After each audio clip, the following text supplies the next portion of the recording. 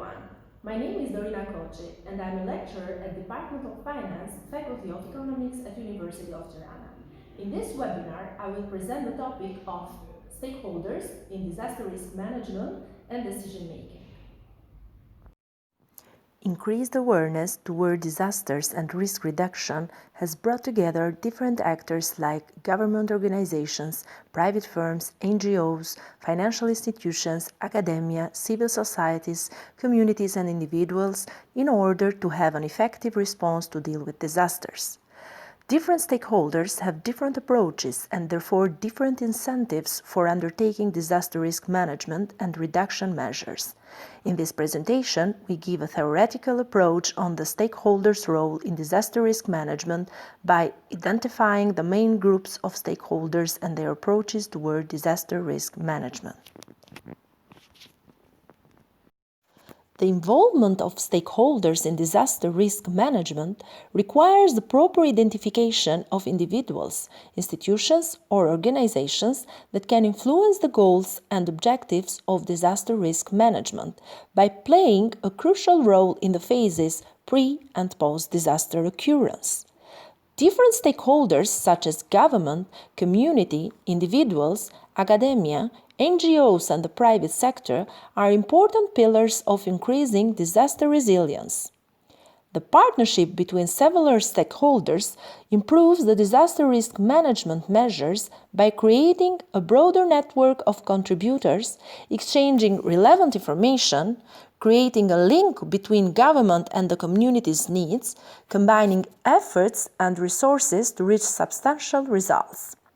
In this context, the outline of the presentation is going through these issues. First, we will define the stakeholders and their approaches to managing disasters, and then we are stating the four main groups of stakeholders, such as the role of government, international organizations and donors' assistance, the private sector and its role as a stakeholders in disaster risk management, financial institutions, and furthermore, a practical example of Albanian main stakeholders in disaster risk management is given together with a SWOT analysis of them.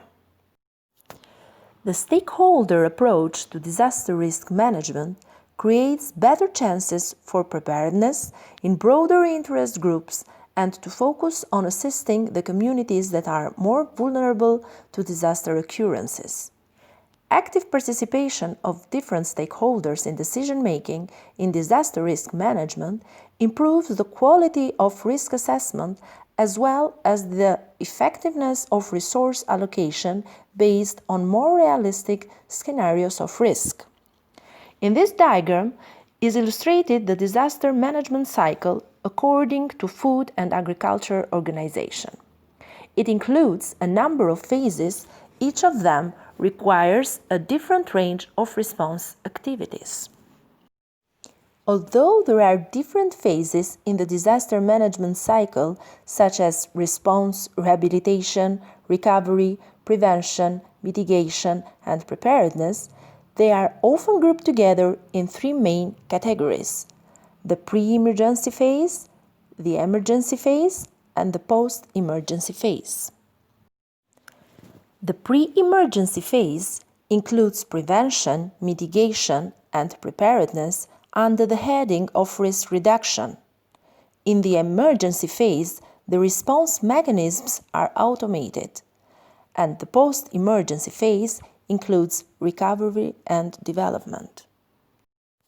In the context of disaster risk management, a stakeholder can be described as any entity that can affect and be affected by disaster management. According to United Nations International Strategy for Disaster Reduction, there are different actors that play an important role in the disaster management process, such as government, community, individuals, academia, NGOs, private sector, and financial institutions. Harrison and other authors in 2010 have claimed that stakeholder theory should take in consideration the decision-maker's role, their decisions, and who takes advantage of the outcomes of those decisions.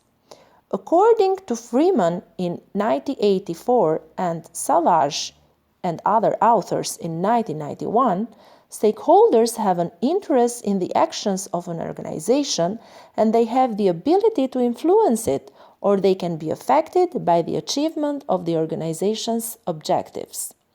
A latest definition describes stakeholder who has input in decision-making as well as who benefits from the results of decision-makings. Stakeholders have two different approaches toward natural disaster management that are noted as proactive approach and reactive approach. The criteria used to divide the stakeholder approaches in these two groups refers to the kind of disaster risk management activities undertaken by them and the time when these activities are undertaken. The stakeholders react in a proactive manner when they plan and conduct activities before the natural disaster happens, such as mitigation and preparedness. These activities aim to tranquilize the adverse impacts of natural disasters effectively. From the other side, activities that have to do with responses and recovery are conducted by stakeholders during and after natural disasters, and this is called a reactive approach.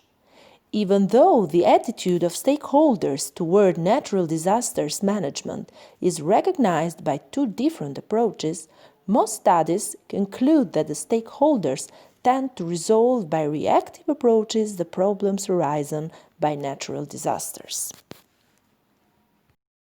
Disaster risk management and prevention depends on wider social and political conditions that affect the ability of governments and civil organizations in this process, such as capacity planning, regulatory, institutional environment, chains of responsibility, and interaction with stakeholders. However, it is the responsibility of the governmental institutions, both at the national and local level, to address the appropriate implementation of disaster risk reduction measures and resilience programs in order to achieve relevant outcomes. Government's role in disaster risk management is linked to fundamental services and infrastructure facilities provision, financial support, and implementation of the right measures to prevent, prepare, mitigate, and recover from the impacts of disasters. Major objectives of the government institutions are firstly directed toward the achievement of citizens' well-being and protecting their life quality. Within these objectives, government role is to provide the necessary logistic support, including actions such as rescue, relief, and resilience in case of major disasters.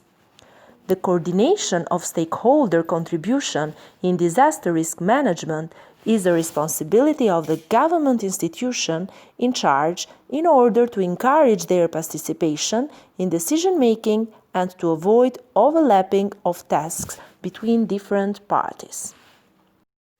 The basic steps to be undertaken by the government related to disaster risk management is the regulation of the legislation and policy instruments to properly address authority alignment, resource allocation, responsibility lines, and enforcement of regulations in specific matters.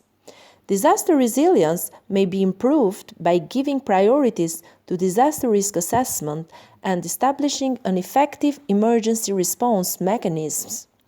In terms of disaster resilience, the effective programs require national disaster risk management strategies combined with law enforcement on land use regulations and building codes.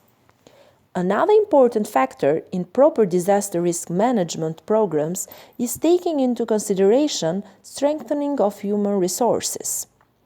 Building resilience requires the equipment of individuals, communities, and organizations with a practical approach and the necessary knowledge on disaster risk management.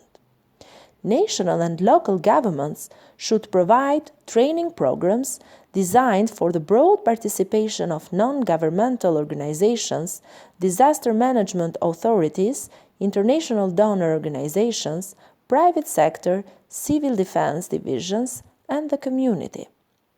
The practical training programs provided by the government should include research institution collaboration and the university program's outcomes to contribute to the disaster risk management knowledge at broader levels.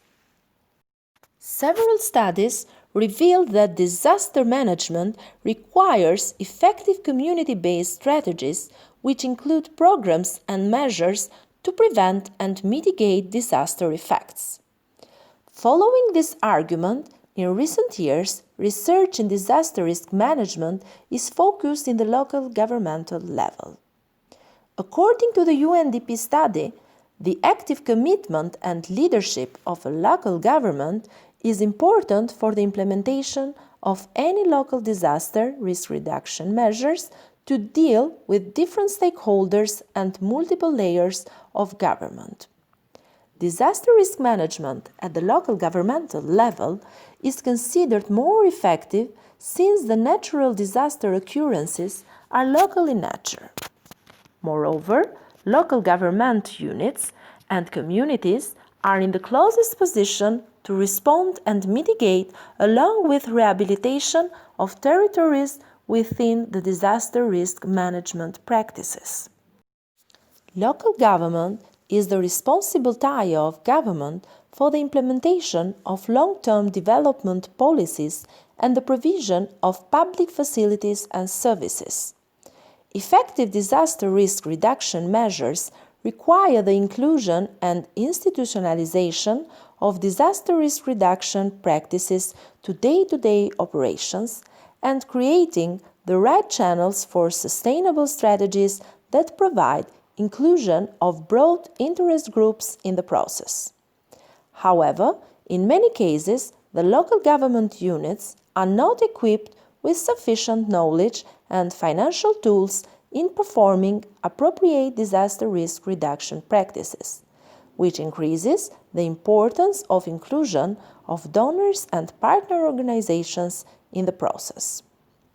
According to Paul and Shaw in their study in 2018, local government plays a key role in implementing disaster risk initiatives, identifying four main aspects, such as coordinating disaster risk reduction strategies in multi-stakeholder platforms, creating a link between the local community concerns and government priorities by engaging citizens and disaster risk management decision-making, implementing the appropriate mechanisms and techniques for disaster risk reduction, and strengthening institutional capacities and practices for local disaster risk management. Local government inclusion in disaster risk management is based on the reciprocal support from the central government in terms of financial and technical support, and also in the institutionalization of the framework regulations. Disaster risk management should be regulated by adequate laws, and specific programs should be incorporated in the budgetary system. The role of national government is to instruct and support local authorities to prepare and respond, especially in the case of large-scale disasters.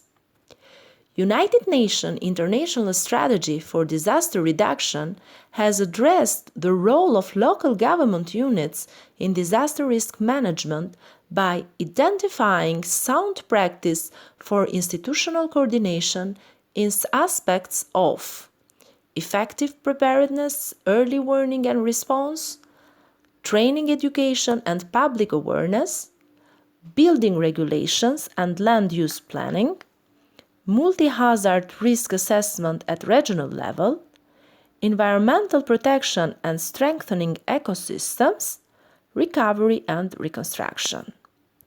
Given the importance of disaster risk at the local level, it is important to address the challenges that local institutions face in terms of infrastructure capacity, expertise in risk assessment, financial capacity, and decentralized authority in decision-making.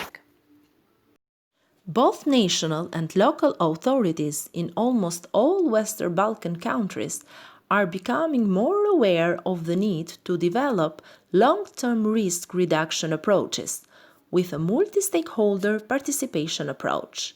However, as suggested from previous studies, local government units in different Western Balkan countries, such as Albania, Bosnia and Herzegovina, and Macedonia, lack sufficient knowledge about disaster risk and vulnerabilities of their communities, as well as appropriate disaster risk reduction measures and risk assessment programs at the local level, particularly for smaller communities. Regarding financial resources, the current legislation in several Western Balkan countries defines the state budget as the primary financial resource for civil emergency planning and crisis management. Local government units are able to receive financial support from the central government for civil protection work, but they also use some of their income and fundraise through donations. However, increased financial autonomy of local government units should also address the need for more financial resources in programs that support disaster risk reduction not only in the response phase but also in the preliminary phase of risk assessment and prevention.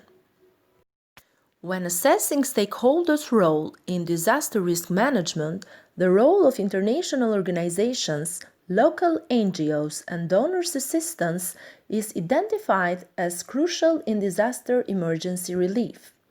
This argument relies on the complementary role that non-governmental organizations play in pre- and post-disaster actions to support the government measures. NGOs play a very important role in providing support services to promote recovery and support response.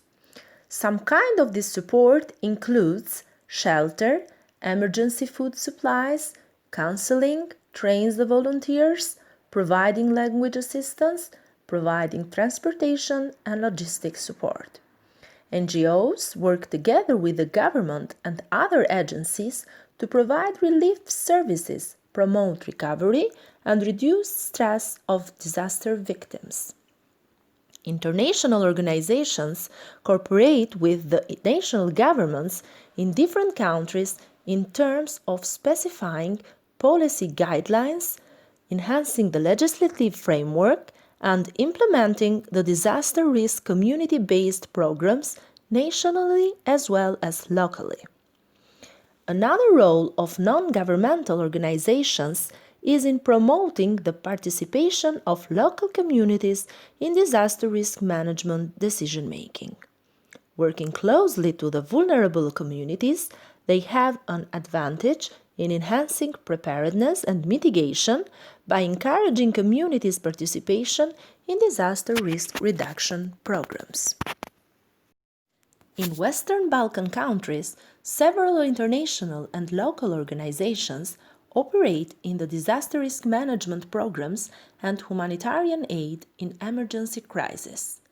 The active donors in supporting disaster risk management projects in Western Balkan include organizations and programs such as the European Commission through IPA funds, World Bank, the Global Facility for Disaster Reduction and Recovery, United Nations International Strategy for Disaster Reduction, United Nations Development Programme, Organization for Security and Cooperation in Europe, World Meteorological Organization, and bilateral donors such as the Italian Corporation, the Swiss Corporation.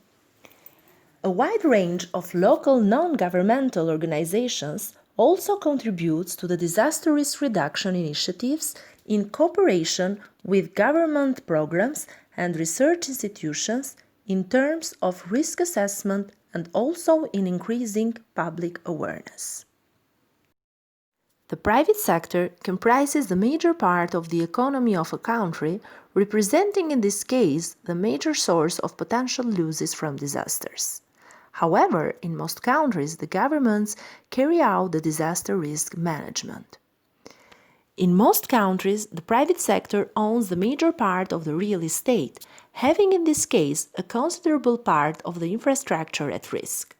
However, the private sector has lagged behind with the investment in disaster risk management as far as the most investment in this field is made by the public sector.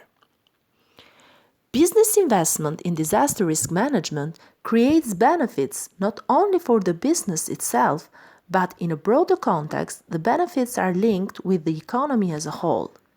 In other words, businesses create externalities. For example, a fire protection system that is installed in a business building may protect also the other surrounding buildings and the community as well. Any business can take action to contribute to the overall community that can improve the quality of life and promote economic stability.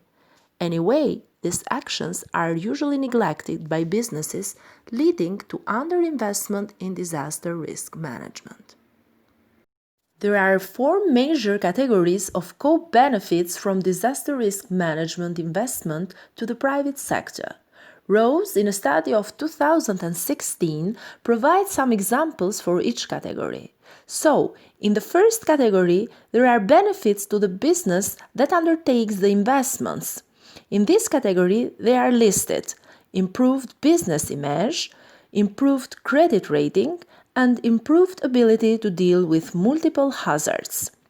In the second category, there are benefits to other businesses in the supply chain or geographic vicinity, such as increased supply chain stability, reduction in contagion effects. Some other benefits goes to the general business climate. We can mention here the reduced uncertainty, increased economic stability, increased economic growth, and contributions to technological progress. In the last category of the benefits, there are mentioned the benefits to the society. In this category, there are improved health and education and improved environment. Business investments in disaster risk management have not been continuous, even though the increased level of financial losses from disasters. The role of insurance in disaster risk management is very important. In most countries all over the world, the insurance service is offered by the private sector, but mostly in the developing countries, this service requires the support through government subsidies, government regulations, and reinsurance. The most positive aspect of insurance service is the incentive for mitigation. In this context, lower insurance rates would have a spillover effect on disaster risk management, as far as lower rates make the insurance service less expensive and affordable to a larger group of people.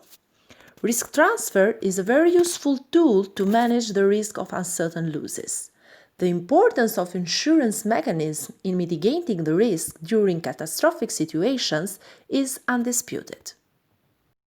An effective implementation of government intervention to manage disaster risk can be achieved by establishing partnerships with the private sector and in particular the insurance industry.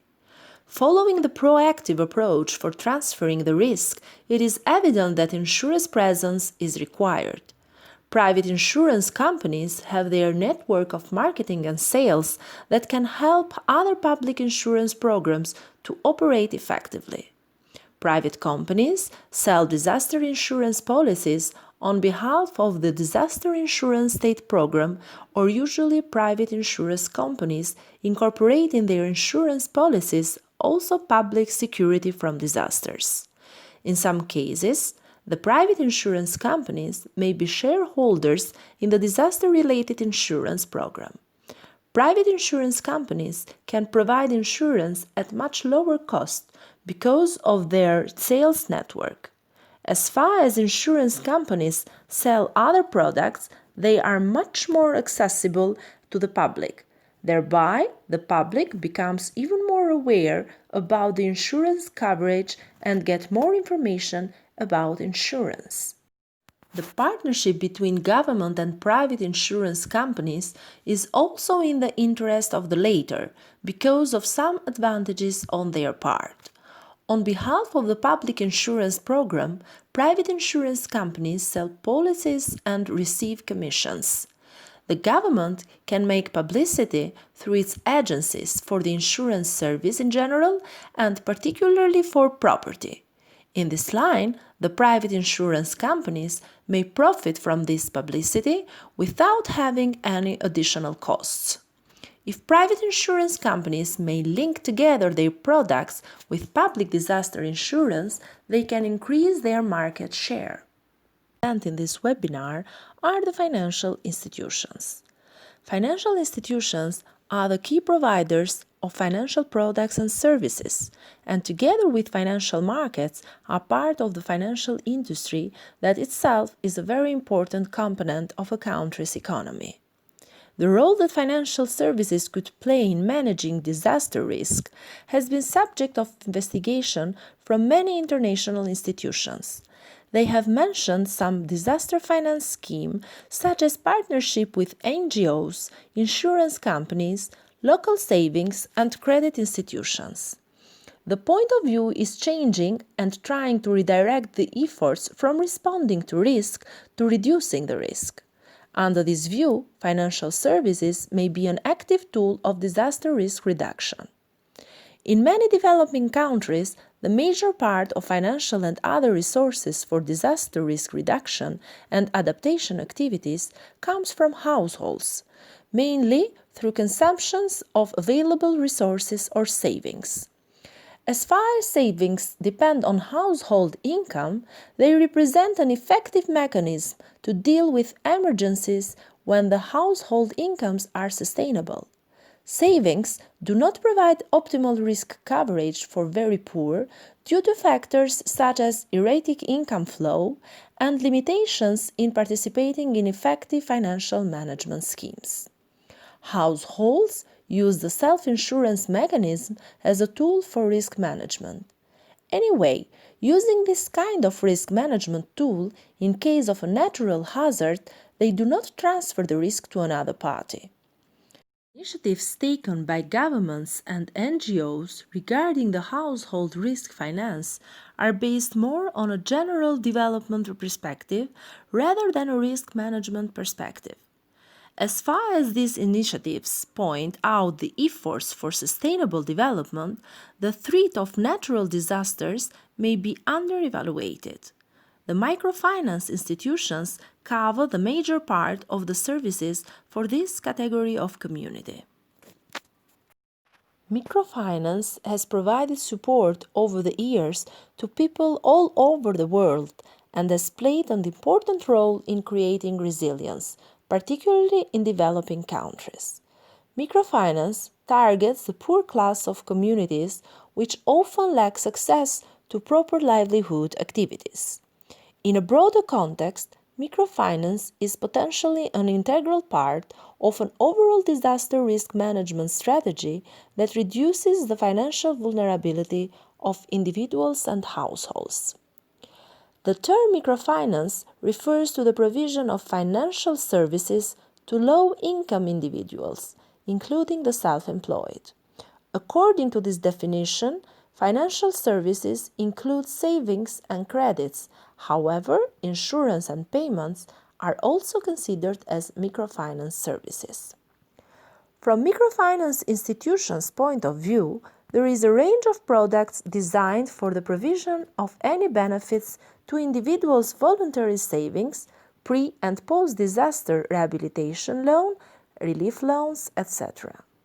Saving products generally play a crucial role in helping clients overcome their losses and rehabilitate to their pre-disaster social position. However, the compulsory saving products offered by most microfinance institutions show the provision of limited benefits to their clients because of difficulties in accumulating meaningful balances and meeting substantial demands for withdrawals. Further, the research suggests different saving strategies for microfinance institutions to help the affected communities in times of disasters. For example, these institutions may allow voluntary withdrawal access and convenience in frequency and location of collection of the clients, which consequently help clients accumulate larger balances. Microfinance institutions offer insurance products even though they have not the expertise in designing and providing insurance services. These institutions have lacked resources on an actuarial basis for computing premiums and contributions.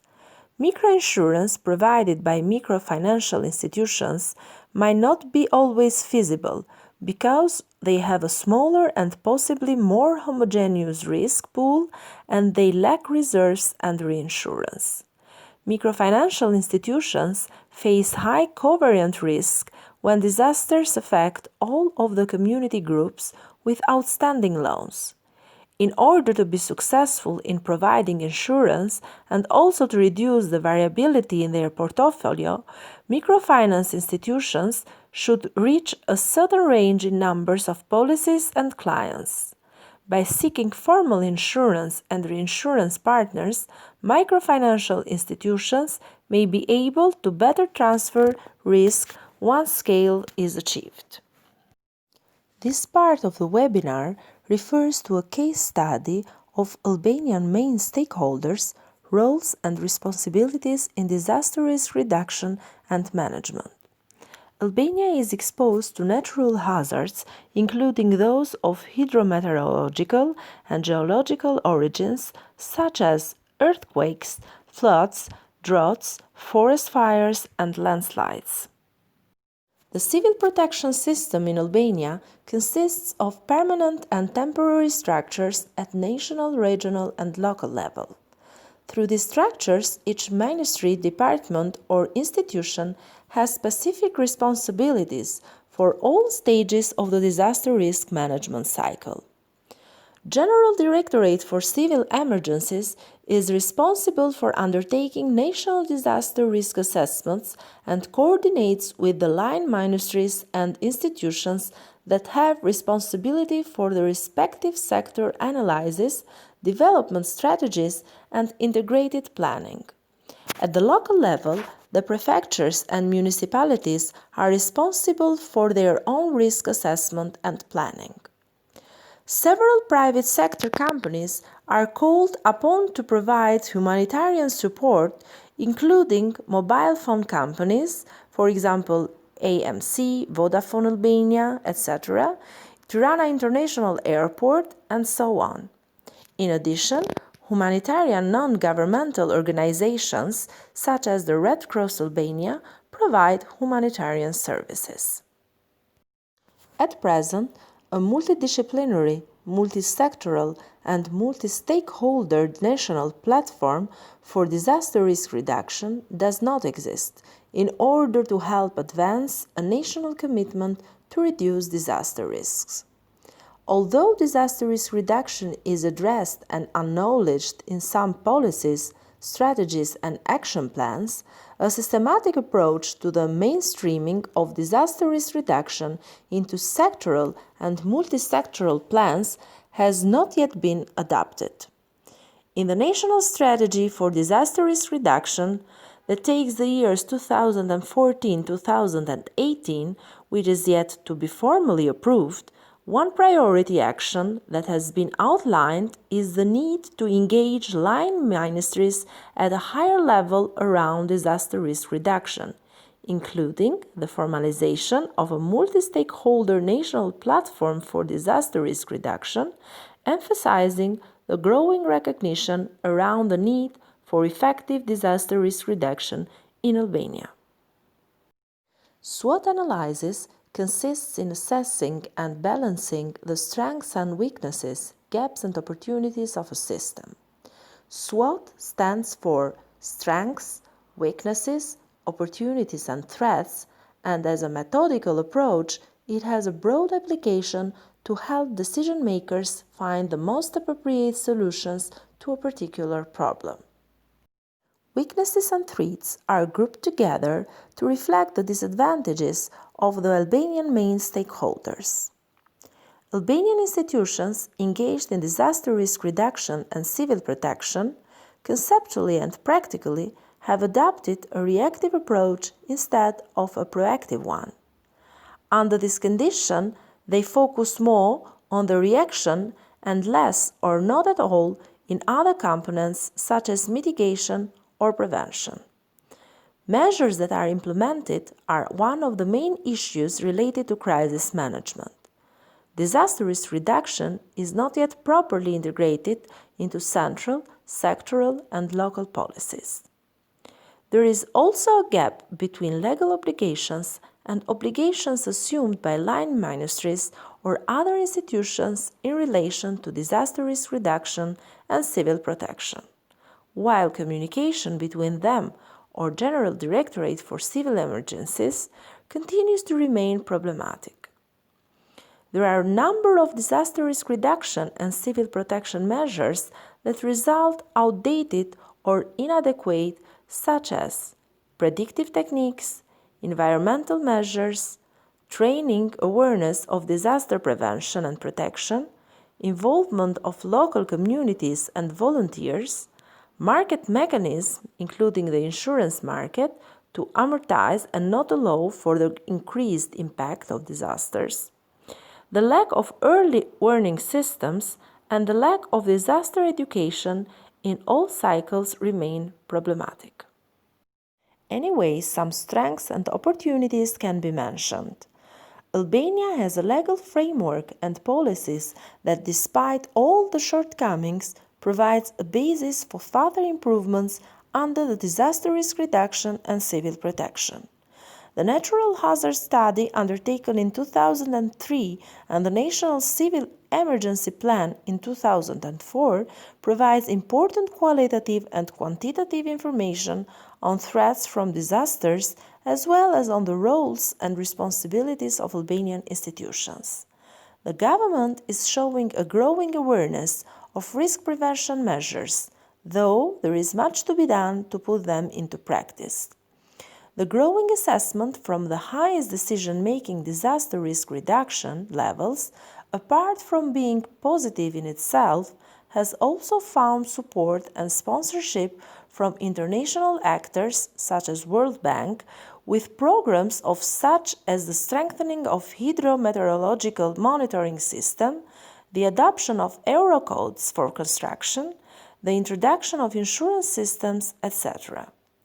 Above all, it is worth noting that the disasters of recent years, mainly flood and fires, with all the damage in the economy but fortunately not in humans, have evidenced some capacity of Albanian institutions and population to cope those.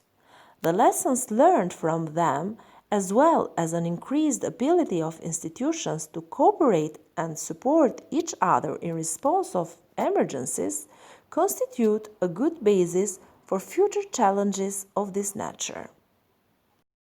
Thank you very much for your attention.